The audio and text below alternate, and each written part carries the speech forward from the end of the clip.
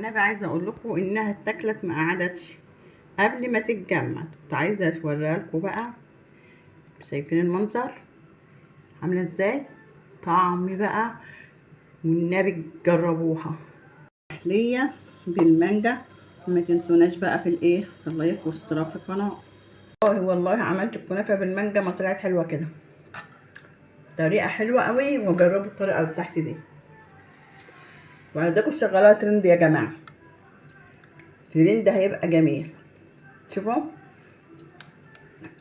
حاجه حلوه، شايفين المنظر تحفه. يلا بقى اتفرجوا على طبقات الشعريه بالمانجا وقولوا لي رايكم. السلام عليكم حبايبي، ازيكم عاملين ايه؟ ان شاء الله تكونوا في احسن صحه وحال. تعالوا نعمل النهارده معاكم حلو شعريه. شفت الشيخ احمد مقلب لنا الشعريه من غير سمنه خالص، مخلي لونها جميل ازاي. هنحط لها بقى ايه، هنحط بقى قطعه زبده كده ونقلبها عليها، هتقوم مديها اللون حلو والطعم حلو بقى. شوفوا طريقه الشعريه اما تحمرها من غير حاجه خالص كده تديك صلاه على النبي بقى. اما تحط كده سمنه بعدين تديك اللون حلو ازاي. هنحط لها بقى ايه، قد كوبايه لبن وكوبايه ميه كده بالصلاه على النبي. هنحط، شوف انا ما كترتش الميه فيها واللبن، حاجه بسيطه تبقى فيها بقى تانية. ايه رايكم؟ حطينا السكر ومعاها كده وهنغطيها بقى تستوي. هنعمل ايه بقى؟ معانا حبيتين مانجا كبار كده عصرناهم باقل حاجه من الميه. هنحط عليهم بقى كمان ايه، هنعمل هنا بقى في الحبه الخفاف دول، خدناهم خفاف كده، معلقه جيلاتين كبيره كده، وهنقلبهم فيها عشان يدوبوا من غير ما يزغدلوا معايا. بالصلاه على النبي بقى. شوفوا احنا عملناه ازاي اهو. ده الجيلاتين. هنحط بقى سكر على قد التحليه اللي انت بتحبيها، وهنحط الجيلاتين على المانجا. احنا مش عايزين نحط المانجا على النار عشان طعمها ما يتغيرش وتبقى طعمها ايه، مانجا حلو كده. ونقلب بقى الحاجه دي تقليبه حلوه جدا. بالصلاه على النبي بقى. شوفوا الشعريه بتاعتنا استوت، وحطينا لها شويه جوز الهند كمان، بيدوها ريحه وطعم حلو، وهي استوت سوا كامل كده. يلا بقى معايا، تعالوا بقى بالصلاه على النبي نشوف هنعمل ايه التحليه بتاعتنا الجميله اللذيذه دي. شوفوا لون الشعريه حلو قوي ازاي. هنحط شويه شعريه من تحت خالص كده، هتبقى تحليه. متهيألي ده بقى ممكن يبقى ترند جديد. واحنا ملناش نفس نعمل ترندات يا جماعه. حط عليها بقى، شفتم بقت احلى من المهلبيه.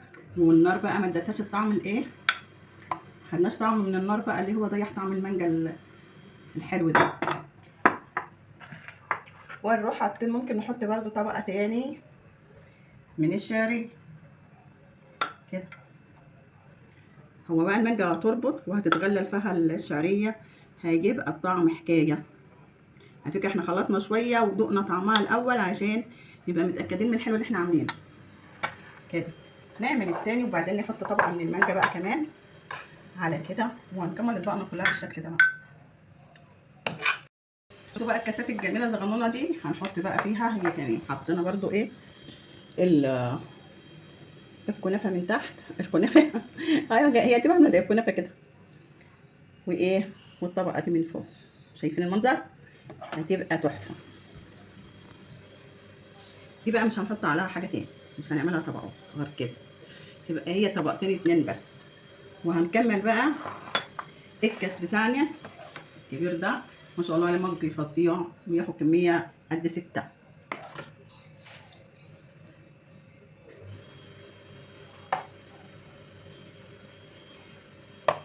انا كنت عايزه اقول لكم حاجه، انت كده ممكن تحط الطبقات وتصبري شويه علشان ما يتخلطش ببعضه زي ما عمل عندي كده.